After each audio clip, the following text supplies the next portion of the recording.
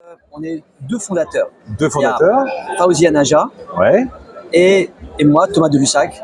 Et très bien. Voilà. Et on est tous les deux français. Ouais. Mais on a cette idée un jour aussi d'avoir une chaîne d'assemblage, d'avoir une usine au Maroc. Ah oui, très bien. Ah oui, ok. Parce que Fawzi a des origines marocaines, il est français d'origine marocaine. Et donc voilà, il a cette idée-là. Oh, bah c'est bien. Oui, le projet est français. Le projet est bien français. Alors le projet se base sur vous êtes basé sur un véhicule hydrogène. Oui. Et pourquoi justement l'hydrogène? Parce qu'il y a l'électrique, on connaît les hybrides, on connaît tout ça. Et vous êtes parti sur l'hydrogène à 100%. Alors pourquoi? Alors parce que ce qu'on veut, nous, c'est pouvoir redonner aux gens la liberté de conduire comme on l'a avec un véhicule thermique. D'accord. Voilà. C'est-à-dire autonomie importante, temps de charge court, voilà, et de ne pas se soucier de l'endroit où on va devoir s'arrêter, de ne pas se soucier du temps que ça va prendre si on doit recharger. Et aussi, si possible, avec une empreinte carbone qui soit basse. Et avec les véhicules électriques, on a quand même ce problème des métaux rares et des batteries, de pollution issue de la production des batteries, ainsi que du recyclage des batteries. D'accord. Donc c'est la raison. D'accord, c'est pour ces raisons-là que vous avez choisi l'hydrogène. En fait, de revenir. Ceux qui sont passés à l'électrique, si vous les faites passer à l'hydrogène, ils vont devoir, donc le côté je me branche à la maison, c'est fini. Il faut retourner dans une station-service à hydrogène, ou quelque chose apparent, en tout cas de ressemblant. Ouais. D'accord. Voilà. Et c'est votre pari, en fait, sur l'avenir. Oui. Ici, d'accord. Mais pas seulement, en fait. Aujourd'hui, si vous avez un véhicule hydrogène, vous devez trouver une station hydrogène. Ouais. Il y en a 15 en France. Donc, c'est assez sportif pour en trouver une. Et probablement que dans 5, 10, 15 ans, ça va rester quand même un peu compliqué. Ouais, okay. Et c'est difficile d'avoir un chiffre de prédiction parce qu'il y a des plans hydrogène en cours. Mais on sait qu'il n'y en aura en tout cas pas assez pour couvrir toute la France et tous les territoires. Et notre idée, nous, c'est de remplacer ce manque de stations hydrogène par la pose de Capstore, comme vous le voyez là. D'accord. L'idée, c'est que pourquoi est-ce qu'il n'y a pas aujourd'hui tellement de stations hydrogène? C'est pas très compliqué. C'est parce que ça coûte entre 2 et 3 millions pour construire, avec le génie civil, pour construire une station hydrogène. Ouais. Et poser un Capstore quelque part, comme celui qu'on voit là-bas. Ouais. Celui qui est là-bas au fond du stand. Quelle longueur font-ils à peu près? Parce que là, on voit bien les capsules font environ 80 cm. D'accord. Donc, poser un Capstore comme il y en a un là-bas, ça coûte entre 50 et 100 fois moins cher. Okay. C'est-à-dire que si, par exemple, on a comme objectif de poser un Capstore tous les 45 km, avec le prix d'une station, on peut couvrir le quart du territoire français. D'accord, de poser dans une station, service ou même autre chose. Voilà. Parce qu'en centre-ville, vous pouvez trouver d'autres moyens de livrer. On a des contacts avec des chaînes de magasins, avec des grandes surfaces. On a des contacts avec des stations-service. Oui. Donc, a priori, elles seront implantées à la fois dans les stations-service ou dans des grandes surfaces. Ah, les grandes surfaces. Peut-être, mais d'accord, des grandes surfaces, donc ça permet de toucher quasiment 99% de la population. En fait, l'idée, c'est que vous serez toujours à moins de 20-25 km d'un Capstore. Si on a un tous les 45 km, vous ne serez jamais plus loin que 20-25 km d'un. Oui, bien sûr. Voilà. Là, on touche tout le monde. Notre idée, c'est de l'hydrogène qui soit accessible pour tout le monde, partout, et pas seulement dans les grandes villes, et pas seulement dans les parties du territoire les plus développées. Que ce soit accessible pour tout le monde. Alors, c'est l'idée. Très bien. Et dernière question technique, après on passe à la chose la plus intéressante, à savoir le design. Dernière question technique, c'est le problème de la volatilité de l'hydrogène. Vous êtes arrivé à trouver quelque chose justement pour contrer un peu ce phénomène, tout simplement cette physique de l'hydrogène, parce que alors, je ne suis pas un gros spécialiste, mais on sait que c'est très volatile, l'hydrogène, donc il faut des systèmes assez spécifiques pour garder cette énergie. Notre technologie, elle n'est pas complètement nouvelle. En fait, c'est la technologie des réservoirs hydrogène. Simplement, on l'a adaptée à des capsules qui sont remplaçables et plus compactes. Qui sont très facilement manipulables. Donc, en fait, cette technologie des réservoirs à hydrogène, elle contient très bien l'hydrogène. Donc, on n'a pas ce problème-là. Ok, d'accord. Ok. Maintenant, la chose qui m'intéresse le plus, le design. Donc, c'est vous qui l'avez décidé? Alors, non, je ne vais pas... Avec une équipe. Avec non seulement une équipe, mais aussi avec Pininfarina. Donc, c'est une collaboration avec Pininfarina. On ne parle pas de n'importe qui. C'est quand même formidable, Pininfarina. Les meilleurs designers depuis à peu près d'un siècle sur le plan automobile. Donc on a collaboré avec eux, mais dès le départ, moi j'avais une idée assez précise du véhicule que je voulais avoir. Ouais, d'accord. Je voulais qu'on ait un véhicule qui soit très sportif, qui donne une impression de force. Ouais. Avec Fauzi, ce qu'on voulait éviter, c'est avoir un véhicule qui soit un peu trop suave, un peu trop doux, comme le sont parfois les véhicules électriques aujourd'hui.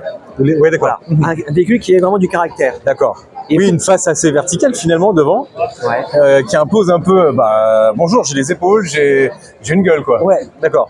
Alors pour ça, j'ai vraiment passé du temps à essayer de trouver les meilleures sources d'inspiration pour ça.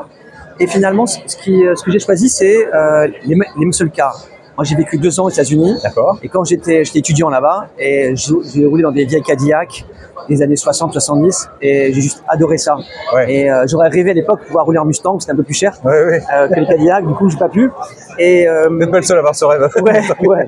Et en fait, je remarque que plein de gens ont ce rêve, et finalement, comme source d'inspiration, c'est assez rare que des constructeurs européens s'inspirent de voitures américaines du passé. Oui. C'est pas quelque chose qu'on trouve. Généralement, ils ont leur identité, ils s'y tiennent, etc. Et là, je me suis dit, c'est une démarche assez originale. Et aussi un autre aspect que j'ai trouvé intéressant, c'est que c'est une Nemix, c'est une nouvelle marque Nemix, et une marque qui est quand même assez révolutionnaire puisqu'on intègre des capsules. Et c'est la première fois qu'il y a des capsules d'hydrogène dans un véhicule. C'est clair. Voilà. Donc, c'est pas évident pour les gens de faire un pas vers cette nouvelle technologie. Donc, je me suis dit, il faut qu'on relie notre histoire automobile, notre marque avec l'histoire automobile, avec la grande histoire automobile. D'accord. Et je me suis dit, la passerelle soit facile. Quoi de mieux que comme inspiration, ces véhicules, ces muscle cars, ces Mustang, ces Camaro, qu'on a vus dans des centaines de séries télévisées, dans des films américains pendant des années, pendant toute son enfance, que de prendre ça, parce que la plupart des gens, les milliards de gens qui vivent sur la planète, ont vu des séries américaines, des films, et ils ont tous ça dans leur inconscient, sans même forcément s'en rendre compte. C'est vrai. Ouais. Et je me suis dit, finalement, ça serait une façon de pouvoir associer un côté futuriste avec une source d'inspiration qui nous parle tous, qui me fait plaisir. Et en plus pour rassurer aussi. Oui. En plus pour rassurer. Donc c'est bien joué. C'est bien joué. Et puis c'est vrai que ces formes un peu surélevées, berline, je dis pas une bêtise, si la X6 de chez BMW a un peu ouvert le pas, à peu près. Mais là, c'est une forme qui est vraiment... C'est une surprise parce que c'est abouti déjà. On voit un design qui est fine, avec Pininfarina, puis avec votre coup de crayon et tout ce que vous m'avez expliqué, vos dires, on sent que c'est du sérieux. Oui, c'est ça qui est sympa. En fait, je pense que ce qui explique le design, le côté abouti du design, le côté réussi du design, c'est que avec Pininfarina, ça a été, on est arrivé avec un premier design. Ouais. Et rejeté, non. Pardon ? Pas rejeté quand même. Non, c'est un premier design qui était déjà assez abouti. D'accord. Et on leur a demandé d'amener toute leur science, tout leur savoir-faire pour l'améliorer, pour le finaliser, et en fait le rendre achetable, réel tout de suite, en fait, quelque chose que les gens puissent imaginer, pas un concept car comme on le voit souvent et qui finalement n'aboutissent pas. Quelque chose qui soit concret, qui soit à la fois futuriste, mais qu'on puisse imaginer avoir. D'accord. Et justement, en parlant du futur, concrètement, je suis acheteur, comment ça se passe ? Aujourd'hui alors, le temps, quel timing ? Aujourd'hui même, je ne connais pas votre prénom, c'est Ludovic. Alors Ludovic, si vous voulez aujourd'hui acheter une Nemix, vous pouvez aller directement vers le bureau là-bas. Les préventes sont ouvertes depuis lundi. Voilà, donc si ça vous plaît, d'accord, les préventes, c'est parti. D'accord. Ah ok, super. 2222 préventes seulement, ouvertes à partir de maintenant jusqu'à fin décembre. Pourquoi ce chiffre 2222 ? Parce qu'on est en 2222. D'accord. Bon, voilà, 2022. Et elles sont numérotées, donc de 1 à 2222. D'accord, ok. Et ça a commencé, on fait déjà beaucoup de ventes. Donc, et pour que le client se rende compte, un délai de livraison, vous avez déjà une petite idée ? 6 mois près, moi. Oui, on va dire fin 2025, début 2026. D'accord, très bien. Ok. Donc, il y a aussi une autre chose qui est importante, c'est que les capsules, elles vont servir pour nos véhicules. Oui. Mais pas seulement. En fait, ce qu'on veut, c'est pouvoir les déployer, nos capstores, qui puissent être utilisés aussi pour des machines-outils, pour le nautisme et dans pour le nautisme. D'accord. Ok, très bien. Oui, parce que c'est très simple. Mais oui, c'est ça. Donc en fait, vous avez breveté ces capsules, elles peuvent être elles sont pour vous, mais peut-être que vous pouvez les vendre aussi ailleurs. Ouais. Et d'accord. Ah, ça, c'est intéressant. C'est intéressant. Ouais, parce que... Ça va être tout notre travail à partir de maintenant, Ouais. d'essayer de l'étendre à d'autres univers pour que on puisse vraiment fournir de notre énergie dans des secteurs très différents. Ouais, bah oui, oui, oui, tout à fait. Super. J'ai eu des artisans qui étaient intéressés pour des machines outils, ouais, d'accord. des livreurs pour des fourgonnettes, Ouais, puis comme c'est assez compact finalement, dans le nautisme, ça peut même aller dans le nautisme assez compact finalement. Oui. Un scooter des mers, je sais pas, mais oui, c'est assez adaptable. Il y a plus d'espace dans un scooter des mers que dans un scooter de ville. Ouais, tout à fait d'accord. Ouais, ouais. Ok, très très bien. Voilà. Et je pense que merci pour toutes ces réponses. Je vous en prie. Et bon vent en tout cas à Nemix. Ouais, merci. Et on suivra ça de près. Ok, et merci puis, beaucoup. À très bientôt. Et puis à une prochaine peut-être. Ouais, avec plaisir. Au revoir. Au revoir.